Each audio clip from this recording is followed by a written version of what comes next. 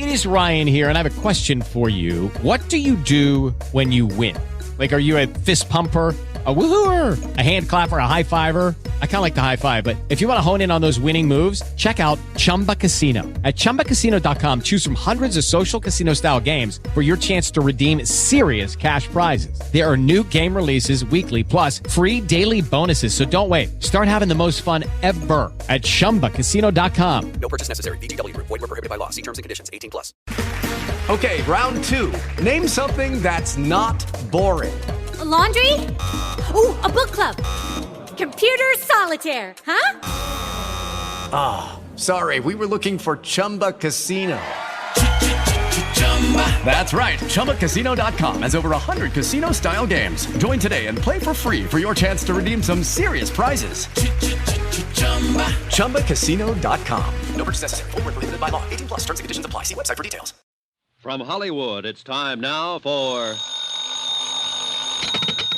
Johnny Dollar. Barney Wilson, DA's office. Oh, morning, Mr. Wilson. Say, you're on an expense account, aren't you? That's right. Good, I'm not. How about buying me a lunch? You got a deal. 12 o'clock here at my hotel. Sold. Found any more shoes? No, and no bodies. Not yet, anyway. I'm amazed. Did find one thing you may be interested in, though. What's that? We got a lead on that license number you gave me last night.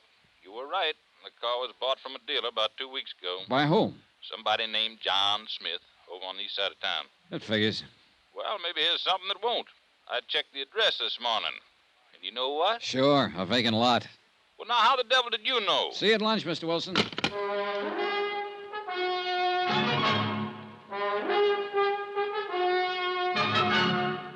Tonight and every weekday night, Bob Bailey in the transcribed adventures of the man with the action-packed expense account, America's fabulous freelance insurance investigator. Yours truly, Johnny Dollar.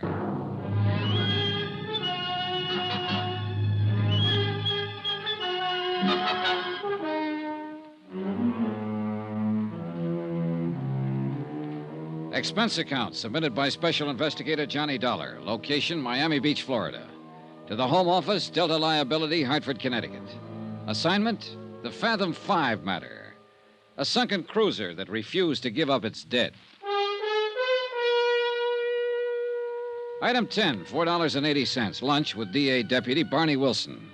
A man who'd made up his mind about the case before I'd even arrived in town. Murder, he'd called it, when the hired cruiser Fathom-Five burned and sank mysteriously a mile or two offshore. But nobody'd been found yet, and I still doubted very much that one ever would be, because I wasn't even certain that William Markey was dead. Wilson, of course, had different ideas. Yes, sir, Mr. Dollar. It's the old story. 2 men go out in a boat, and only one comes back. No witnesses, nothing. And if that doesn't indicate murder, I'd say pass the sugar, will you, please? Sure, here. You're convinced it's murder, and you're convinced young Danny Haynes did it. Well, who else? Well, now that would be a fine argument to advance in court, wouldn't it? Sure. Certain conviction, simply because you can't produce any other suspect. Wilson, I don't think there's been any murder at all. Now, you can pass me the sugar. All right. Suppose you let me tell you how I figure it. While I'm eating my dessert? Markey and his wife took a liking to this Haynes kid and practically made him one of the family. And right there was their mistake. It usually is. Because Haynes started getting ideas about his boss's wife. You have to admit Mrs. Markey's a mighty pretty woman. Who could deny it? She's Haynes' own age, and her husband was older. So the kid, in that bird brain of his, figured he had it all tagged. Figured she actually went for him. I think he probably started bothering her, making a nuisance out of himself. And I'll lay you odds she'll admit he did, once she's convinced he's guilty. Well, I got a sneaking hunch you may be right on that. Oh, thank you. So what happened? Markey finally noticed the kid was getting a little out of line. Probably didn't even take it seriously at first, but eventually he must have decided he'd better get Haynes straightened out. So, you took him out on that fishing boat in order to talk to him alone, is that it? Now you're with a dollar. But the thing backfired. Haynes probably got mad, maybe started a fight, knocked Markey out, and that gave him his big idea.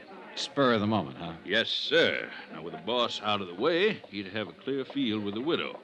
So he threw Markey overboard, set fire to the cruiser, opened the sea cock so it would be sure and sink, and then rowed away in a dinghy. And how could he be sure the body wouldn't be found? Washed ashore by the currents. Oh, you couldn't be sure. But what if it was? There was a heavy fog. Nobody saw what happened. You knew it'd be mighty tough to prove anything on him. Oh, brother, that's an understatement. As a matter of fact, it'll be impossible to prove that story. Yeah, well, once he's arrested and interrogated, I figure he'll break down and tell us the whole thing. Not unless he's completely simple-minded. No, you haven't even got the shadow of a case, Mr. Wilson. All you've got is a wild theory that doesn't even fit the facts. You got a better theory, I suppose. I think so.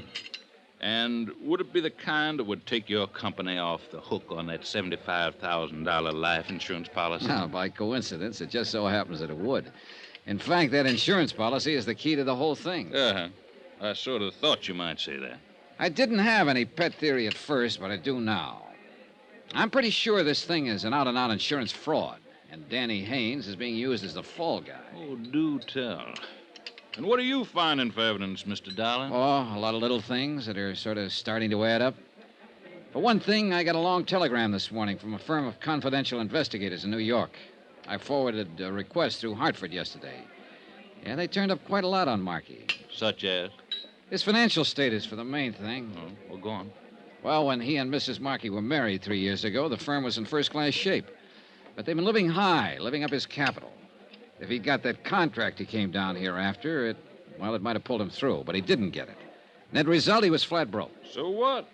A lot of people are broke. But not many of them have a $75,000 policy. I thought that's what you were getting at. What I am getting at is what I think happened. And I think Danny Haynes is telling the truth. I think Markey did send him off alone in that dinghy. Then Markey fired the boat, opened the seacocks, and while she filled up and sank, he swam ashore in the fog. And he's waiting it out somewhere now until his widow collects the insurance. Well, I don't see where you've got any more evidence than I have. Well, there's not much, I'll grant you. Not so far. But what there is adds up. I guess I'm just stupid, Dollar. All right, look. Take Mrs. Markey's attitude, for instance. She's trying hard to play the role, but it doesn't come off. Now, does she act to you like a 4-day widow? Well, she's got a lot of self-control. Oh, I'll say she has. I tried to goad her yesterday when I talked to her, came right out and practically insulted her. And how did she react? Never took her eyes off that main chance, the $75,000. Well, you know, it's not exactly unheard of for a widow not to mind too much being a widow. Oh, no, that's not the impression she gives. She's tense enough, nervous as a cat. But it's not because of grief or any feeling of relief either. It's because she's afraid she might say the wrong thing and let her foot slip. Well, everybody's got a right to their own opinion. Another thing is that Markey's body hasn't turned up. Now, I talked to the harbor master this morning. He knows the currents along this coast backwards and forwards. He says it's the only one chance in 100 that Markey's body would have been carried out through the reef instead of thrown up on the beach about where you found that shoe. So this is the one time in 100. That was a mighty fine lunch, Mr. Dollar. We're going to fight you, Mr. Wilson, if you petition the court to declare Markey legally dead. Yes, I sort of figured you would. Hensley and Davis phoned me this morning and said you'd retained them as counsel. That's right. Well, I've been fought before. Expense account item 11, 10 cents. Phone call to Edna Markey, widow of the allegedly deceased and beneficiary of his insurance policy. Hello? Mrs. Markey? Yes? This is Johnny Dollar. Oh, I didn't recognize your voice. I wonder if I could ask a favor of you. Well, if it's something I can... I'd like to borrow a photograph of your late husband for a few hours. Well... I'll take good care of it. Make sure it gets back to you. Well, the fact is I really don't have one. Oh, well, you must have forgotten. I noticed one yesterday afternoon on the mantel in your study. Well, I meant not a good one. Well, that one will do fine, and thanks a lot. Has something new come up, Mr. Dollar? Yes, you might say that. I'll send a messenger out to pick it up. Goodbye, Mrs. Markey. Item 12, $3.80, messenger service. Item 13, $1.90, taxi fare to the used car lot of one Truthful Tom, the dealer who'd sold a car to a man named John Smith. A car that had departed suddenly from the vicinity of the Markey Beach House when its driver saw me come out of the house. I wasn't too sure whether Tom was truthful or not, but one thing was certain. He was typical. I notice you looking at that little gray job, friend, and I say to myself, Truthful Tom, don't you go trying to get the best of that lad, because he's walked right in here and spotted the best doggone buy on the lot before he's even turned around. Well, I wasn't really thinking of buying it. Friend, with the price I'll make you on that car, you can't afford not to buy it. No, I'm not really in the market. It's an economic society, friend. We're all in the market when the price is right. No, I just happened to notice that it looked like the car a friend of mine had stolen a few weeks ago. My dear friend, I'll make you... Did you say stolen? Oh, it may not be the same one, of course. I've got papers on that car. I've got papers on every last car on this lot. Did you have papers on the one you sold to John Smith 2 weeks ago? If he says I didn't, he's a liar. Now, wait a minute, mister. And I can get a dozen witnesses to prove it. You remember him, then? Well, do you? Remember who? Look, I'm a special investigator for the Delta liability. It's a frame-up, that's all it is. Whoever it is says they got a hot car deal on this lot is lying. Truthful Tom never turned a dishonest penny in his whole doggone life. Good, then we'll forget it. And any low-down rat that says I did's a two-legged snake, and I... What'd you say? I don't care anything about your deals. I'm trying to locate a fellow who bought a car from you. Well, friend, that puts a different light on it. John Smith, you said? That's the name he used. I can't say I recollect anybody by that name. Here's a copy of the title registry on the car. Now, let's see now. 6842, dark green. Oh, that was that old clunker that... of course, it was well worth the price I was asking. Do you remember the buyer? You bet your life. You know why? Because he paid cash. Not a check, cash. I mean the real long green Missoula. Would you recognize a photograph of him? Well, I might if... Oh, is this it? Well, let's see now. Well? No doubt of it, friend. That's the lad, all right.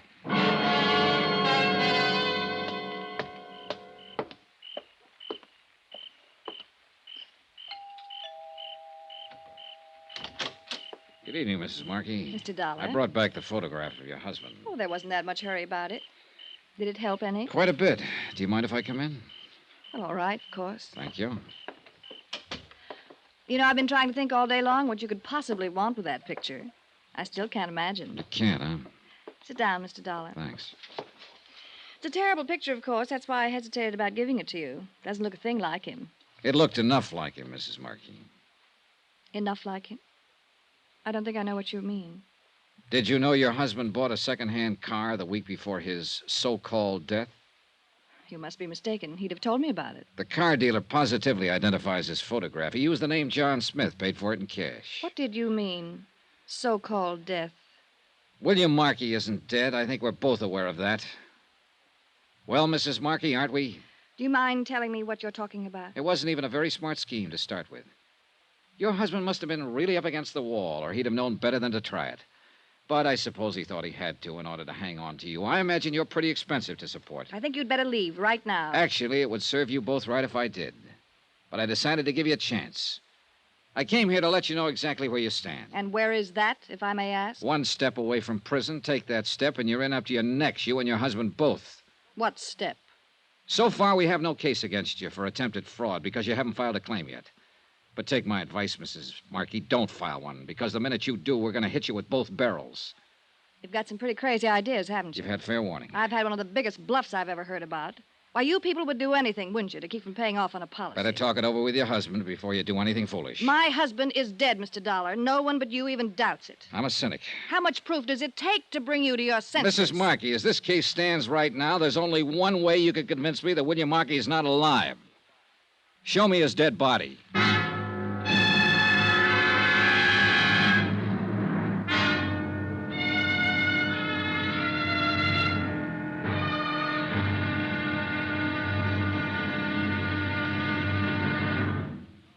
Now, here's our star to tell you about tomorrow's intriguing episode of this week's story. Tomorrow, a crazy kid in love, a right decision by a court, and then the whole case smashes wide open. Join us, won't you? Yours truly, Johnny Dollar.